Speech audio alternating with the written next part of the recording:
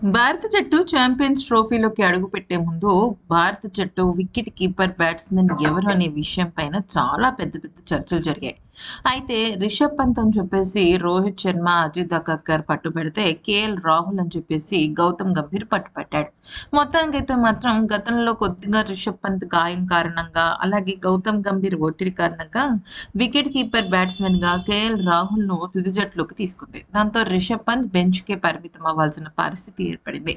కానీ నిన్న మ్యాచ్ గెలిచిన తర్వాత ఒక అద్భుతమైన సంఘటన చోటు చేసుకుంది. అయితే నిజానికి కేఎల్ రాహుల్ బాగానే రాణిస్తున్నాడు. తనకు ఇచ్చిన అవకాశాన్ని కొంతవరకు సద్వినియోగపరుచుకుంటున్నాడని చెప్పాలి. అయితే నిన్న మ్యాచ్ జరిగిన తర్వాత రిషబ్ పంత్ చాలా ఎమోషనల్ అయిపోయాడు. ఈ రోహిత్ శర్మ విరాట్ కోహ్లీకి ఆత్మీయ ఆలింగనం ఇచ్చి వాళ్ళ కాళ్ళకు నమస్కారం చేసుకున్నాడు.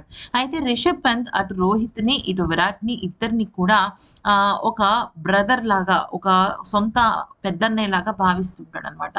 అయితే నిన్న మ్యాచ్ గెలిచిన తర్వాత ఎందుకో రిషబ్ పంత్ కళ్ళెంబటి నీళ్లు పెట్టుకున్నాడు. అమాంతం వచ్చి రోహిత్ ని, విరాట్ కోహ్లీని గట్టిగా హత్తుకుని వాళ్ళ కాళ్ళకు నమస్కారం చేసుకున్నాడు.